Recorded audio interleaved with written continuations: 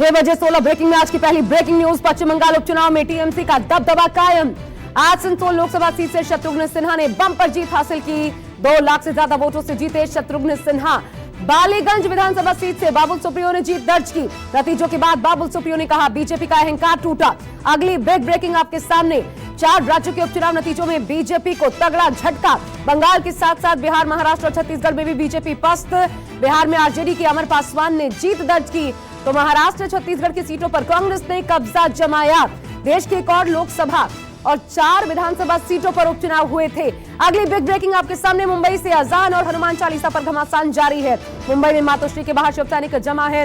दरअसल निर्दलीय विधायक रवि राणा ने बोला था, आज हनुमान जयंती है, अगर मुख्यमंत्री उद्धव ठाकरे ने हनुमान चालीसा नहीं पढ़ी तो हम आकर पढ़ेंगे, और इसलिए शिव सैनिक मातोश्री के बाहर जमा हुए थे। अब अगली बड़ी खबर चौथी आपकी स्क्रीन पर आने जा रही है महाराष्ट्र से, जहां पर फिर से बिजली संकट भी गहरा गया है। महाराष्ट्र के ऊर्जा मंत्री नितिन राउत ने कहा, कुछ प्लांट में केवल 1.5 दिन का कोयला बचा है।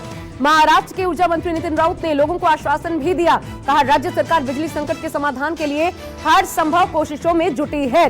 5वीं बिग ब्रेकिंग 6 बजे की पंजाब से, जहां पर भगवंत मान सरकार ने बड़ा तोहफा दिया। 1 जुलाई से सभी घरों में 300 यूनिट बिजली फ्री। मान सरकार ने विज्ञापनों के जरिए ऐलान भी किया। मान सरकार की ओर से जारी किया गया 30 दिन का रिपोर्ट कार्ड। पंजाब में आम आदमी पार्टी की सरकार का आज 1 महीना पूरा हुआ है। अगली बड़ी खबर खरगोन हिंसा से जुड़ी। कांग्रेस नेता खुर्शीद ने सवाल खड़े किए इसको लेकर। मुसलमान हमेशा की तरह देश के लिए अपनी जान दे देंगे, खुर्शीद ने कहा। और साथ ही, एक बटा हुआ देश कभी भी दुनिया पर राज नहीं कर सकता। बंद करो, फूट डालो, राज करो की नीति। अब अगली बड़ी खबर। पीएम मोदी ने गुजरात के मोरबी में हनुमान जी की 108 फीट ऊंची प्रतिमा का अनावरण किया। वीडियो कॉन्फ्रेंसिंग के जरिए लोगों से जुड़े पीएम मोदी। ये प्रतिमा मोरबी में बापू केशवानंद के आश्रम में लगाई जाएगी। पूरे देश में भगवान हनुमान के 4 धाम प्रोजेक्ट का निर्माण भी किया जा रहा है। अगली बिग ब्रेकिंग। आगामी चुनाव को लेकर रणनीति बनाने में जुटी कांग्रेस अध्यक्षा सोनिया गांधी। कांग्रेस की बैठक में पीके भी शामिल हुए। सोनिया गांधी के घर आज ये बड़ी बैठक हुई। प्रशांत किशोर को भी बुलाया गया। इस बैठक में पीके के अलावा मल्लिकार्जुन खड़गे, अजय माकन, अंबिका सोनी, कई बड़े कांग्रेसी नेता शामिल हुए। अगली बड़ी खबर 9वीं आपको बताते हैं इस वक्त की। मोदी सरकार पर एक बार फिर नफरत फैलाने का राहुल गांधी ने आरोप लगाया। एकजुटता ही सच्ची संस्कृति, कहा राहुल गांधी ने। ट्वीट करके कहा, बीजेपी आरएसएस की नफरत की कीमत हर भारतीय चुका रहा। राहुल गांधी बोले, भारत की सच्ची संस्कृति साझा उत्सव, समुदाय और एकजुट रहने की है। आइए इसे संरक्षित करने का संकल्प लें। अगली बिग ब्रेकिंग। आरक्षण को लेकर सांसद जसकौर मीणा के बयान पर घमासान बढ़ गया है।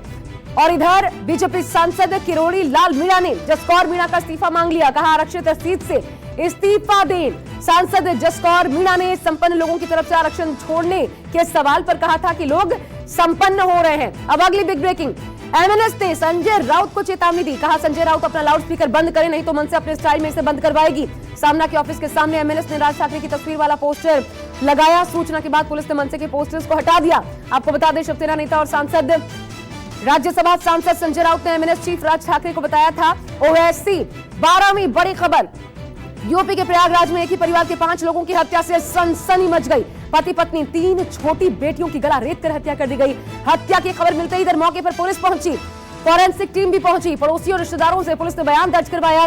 पुलिस के मुताबिक पति का शव वॉशरूम में फंदे से लटका था, जबकि बाकी लोगों की गला रेत कर हत्या की गई थी। अब 13वीं बिग ब्रेकिंग 6 बजे की बारामूला से। बीती शाम निर्दलीय निर्वाचित सरपंच को आतंकियों ने गोलियों से भून डाला। महबूबा मुफ्ती ने इस सरपंच की हत्या पर केंद्र सरकार पर निशाना साधा। महबूबा मुफ्ती ने कहा, कश्मीर में खून खराबे का कोई अंत होता नजर नहीं आ रहा। टारगेट किलिंग को लेकर बेहद दुखी हूं। पिछले 3 दिनों में आतंकियों ने दूसरी टारगेट किलिंग की है। अब अगली बड़ी खबर आपको बता दें। 14वीं। जम्मू कश्मीर को दहलाने की साजिश नाकाम हो गई। राजौरी में आईईडी बरामद हुआ। सुरक्षा बलों को नुकसान पहुंचाने के इरादे से यहां पर आईईडी लगाई गई थी। सुरक्षा बलों ने चेकिंग के दौरान इस आईईडी को ट्रेस किया और बाद में सुनसान जगह पर ले जाकर इसे नष्ट कर दिया गया। अब 15वीं big breaking. Moscow missile cruiser मामले से जुड़ी। इस हमले के बाद पुतिन ने यूक्रेन पर अटैक तेज करने का आदेश दिया है।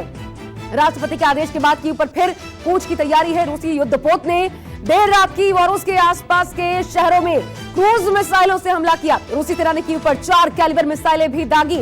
और अब 6 बजे की अंतिम 16वीं बड़ी खबर पाकिस्तान से, जहां पर पंजाब की विधानसभा जंग के अखाड़े में तब्दील हो गई, मारपीट जमकर हुई। इमरान की पार्टी के विधायकों ने पंजाब विधानसभा में डेप्यूटी स्पीकर पर हमला बोल दिया। पाकिस्तान मीडिया के मुताबिक डेप्यूटी स्पीकर को पीटीआई नेताओं ने थप्पड़ मारे, बाल खींचे। पीटीआई नेताओं के हमले में डेप्यूटी स्पीकर दोस्त मोहम्मद मजरी को चोटें आईं। इधर लाहौर हाईकोर्ट के आदेश के बाद पंजाब में नए मुख्यमंत्री के लिए चुनाव करवाने के लिए दरअसल सत्र का आह्वान किया गया था।